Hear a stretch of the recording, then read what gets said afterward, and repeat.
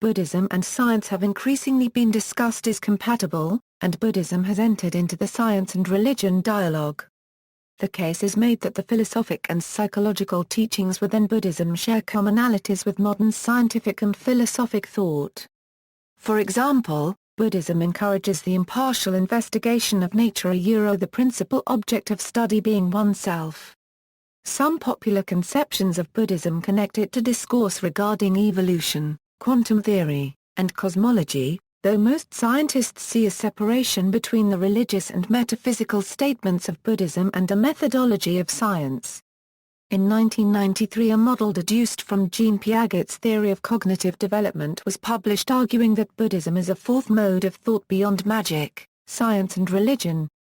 Buddhism has been described by some as rational and non-dogmatic, and there is evidence that this has been the case from the earliest period of its history, though some have suggested this aspect is given greater emphasis in modern times and is in part a reinterpretation. Not all forms of Buddhism eschew dogmatism, remain neutral on the subject of the supernatural, or are opening to scientific discoveries. Buddhism is a varied tradition, and aspects include fundamentalism, devotional traditions, supplication to local spirits, and various superstitions. Nevertheless, certain commonalities have been cited between scientific investigation and Buddhist thought. Tenzin Gyatso, the 14th Dalai Lama, in a speech at the meeting of the Society for Neuroscience, listed a suspicion of absolutes, and a reliance on causality and empiricism as common philosophical principles shared between Buddhism and science. Buddhism and the scientific method, more consistent with the scientific method than traditional, faith-based religion. The Kalama Sutta insists on a proper assessment of evidence, rather than a reliance on faith, hearsay or speculation. Yes, Kalamas, it is proper that you have doubt, that you have perplexity, for a doubt has arisen in a matter which is doubtful. Now, look you Kalamas, do not be led by reports, or tradition, or hearsay. Be not led by the authority of religious texts, not by mere logic or inference, nor by considering appearances, nor by the delight in speculative opinions, nor by seeming possibilities, nor by the idea, this is our teacher. But, O Kalamas, when you know for yourselves that certain things are unwholesome, and wrong, and bad, then give them up. And when you know for yourselves that certain things are wholesome and good, then accept them and follow them. The general tenor of the sutta is also similar to nullius in verba, often translated as take no one's word for it, the motto of the Royal Society. Buddhism and psychology. During the 1970s, several experimental studies suggested that Buddhist meditation could produce insights into a wide range of psychological states. Interest in the use of meditation as a means of providing insight into mind states has recently been revived, following the increased availability of such brain scanning technologies as fMRI and SPECT. Such studies are enthusiastically encouraged by the present Dalai Lama, Tenzin Gyatso, who has long expressed an interest in exploring the connection between Buddhism and science and regularly attends the Mind and Life Institute conferences. In 1974, the Kagyu Buddhist teacher Ka Paragraph Gyam Trungpa predicted that Buddhism will come to the West as psychology. This view was apparently regarded with considerable skepticism at the time, but Buddhist concepts have indeed made most inroads in the psychological sciences. Some modern scientific theories, such as Rogerian psychology, show strong parallels with Buddhist thought. Some of the most interesting work on the relationship between Buddhism and science is being done in the area of comparison between Yogasara theories regarding the store consciousness and modern evolutionary biology, especially DNA. This is because the Yogasara theory of karmic seeds works well in explaining the nature-nurture problem. William James often drew on Buddhist cosmology when framing perceptual concepts, such as his term stream of consciousness, which is the literal English translation of the Pali Vijnana Sutta. The stream of consciousness is given various names throughout the many languages of Buddha-Dharma discourse, but in English is generally known as mind stream. In Varieties of Religious Experience, James also promoted the functional value of meditation for modern psychology. He is said to have proclaimed in a course lecture at Harvard, "This is the psychology everybody will be studying 25 years from now." Buddhism as science. Buddhist teacher S.N. Goenka describes Buddha Dharma as a pure science of mind and matter. He claims Buddhism uses precise, analytical philosophical and psychological terminology and reasoning. Goenka's presentation describes Buddhism not so much as belief in a body of unverifiable dogmas, but an active, impartial, objective investigation of things as they are. What is generally accepted in Buddhism is that effects arise from causation. From his very first discourse onwards, the Buddha explains the reality of things in terms of cause and effect. The existence of misery and suffering in any given individual is due to the presence of causes. One way to describe the Buddhist Eightfold Path is a turning towards the reality of things as they are right now and understanding reality directly, although it is debated the degree to which these investigations are metaphysical or epistemological. Zen master Thich Nhat Hanh has written the following on Buddhism and science. In Buddhism there are two kinds of truth, conventional truth and ultimate truth. In the framework of the conventional truth, Buddhists speak of being and non-being, birth and death, coming and going, inside and outside, one and many, Itka Euro, and the Buddhist teaching and practice based on this framework helps reduce suffering, and bring more harmony and happiness. In the framework of the ultimate truth, the teaching transcends notions of being and non-being, birth and death, coming and going, inside and outside, one and many, Itka Euro, and the teaching and practice based on this insight help practitioners liberate themselves from discrimination, fear, and touch nirvana, the ultimate reality. Buddhists see no conflict between the two kinds of truth and are free to make good use of both frameworks. Classical science, as seen in Newtonian Euro unregistered trademark S theories, is built upon a framework reflecting everyday experience, in which material objects have an individual existence, and can be located in time and space.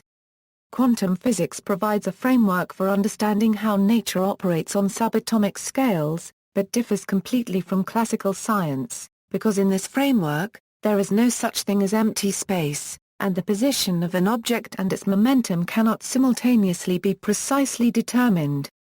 Elementary particles fluctuate in and out of existence, and do not really exist but have only a tendency to exist a euro. Classical science seems to reflect the conventional truth, and quantum physics seems to be on its way to discover the absolute truth, trying very hard to discard notions such as being and non-being, inside and outside, sameness and otherness, etc. At the same time, scientists are trying to find out the relationship between the two kinds of truth represented by the two kinds of science, because both can be tested and applied in life. In science, a theory should be tested in several ways before it can be accepted by the scientific community. The Buddha also recommended, in the Kalama Sutra 1, that any teaching and insight given by any teacher should be tested by our own experience before it can be accepted as the truth. Real insight, or right view, has the capacity to liberate, and to bring peace and happiness. The findings of science are also insight. They can be applied in technology, but can be applied also to our daily behavior to improve the quality of our life and happiness. Buddhists and scientists can share with each other their ways of studying and practicing and can profit from each other unregistered trademark S insights and experience. The practice of mindfulness and concentration always brings insight. It can help both Buddhists and scientists. Insights transmitted by realized practitioners like the Buddhas and Bodhisattvas can be a source of inspiration and support for both Buddhist practitioners and scientists, and scientific tests can help Buddhist practitioners understand better and have more confidence in the insight they receive from their ancestral teachers. It is our belief that in this 21st century, Buddhism and science can go hand in hand to promote more insight for us all and bring more liberation, reducing discrimination, separation, fear, anger, and despair in the world. Buddhism and relativity. Buddhism shares with science the understanding of relativity. The relativity of phenomena is often used in Buddhist teaching to counter dogmatic or rigid views, like the relativity of size to break the belief in small, or tall. In Nagarjuna's Treatise on the Middle Way, in the Chapter 3 Analysis of Motion, it is even shown that motion has no independent existence and does not exist intrinsically, more than 1 millennium before Galileo, who wrote, Let us therefore set as a principle that, whatever be the motion that one attributes to the earth, it is necessary that, for us who partake of it, it remains perfectly imperceptible and as not being. In the Heart Sutra, which presents the view of emptiness, it is said that phenomena have no defining characteristics, which is a claim of relativity since, in the absence of a reference system, nothing can be said about anything and therefore objects have indeed no intrinsic characteristics. In this sutra, it is also said that phenomena are not decreasing nor increasing, which is in agreement with Noether's theorem showing that, because of relativity, there are conserved quantities in physics, like energy. Buddhism mainly focused on the emptiness aspect of objects whereas science developed more the relative aspect. Buddhism and quantum physics. The Heart Sutra explains that, form is emptiness, emptiness is form, which fits closely Noether's theory of quantum physics, which proves that matter and space are not different. Notable scientists on Buddhism, Niels Bohr, who developed the Bohr model of the atom, said, "For a parallel to the lesson of atomic theory, we must turn to those kinds of epistemological problems with which already thinkers like the Buddha and Lao Tzu have been confronted, when trying to harmonize our position as spectators and actors in the great drama of existence." Nobel Prize-winning philosopher Bertrand Russell described Buddhism as a speculative and scientific philosophy. Buddhism is a combination of both speculative and scientific philosophy. It advocates the scientific method and pursues that to a finality that may be called rationalistic. In it are to be found answers to such questions of interest as, what is mind and matter? Of them, which is of greater importance? Is the universe moving towards a goal? What is man's position? Is there living that is noble? It takes up where science cannot lead because of the limitations of the latter's instruments. Its conquests are those of the mind. The American physicist J. Robert Oppenheimer made an analogy to Buddhism when describing the Heisenberg uncertainty principle. If we ask, for instance, whether the position of the electron remains the same, we must say no. If we ask whether the electron's position changes with time, we must say no. If we ask whether the electron is at rest, we must say no. If we ask whether it is in motion, we must say no. The Buddha has given such answers when interrogated as to the conditions of man's self after his death. But they are not familiar answers for the tradition of 17th and 18th century science. Nobel Prize-winning physicist Albert Einstein, who developed the general theory of relativity and the special theory of relativity, also known for his mass-energy equivalence, described Buddhism as containing a strong cosmic element. There is found a third level of religious experience, even if it is seldom found in a pure form. I will call it the cosmic religious sense. This is hard to make clear to those who do not experience it, since it does not involve an anthropomorphic idea of God.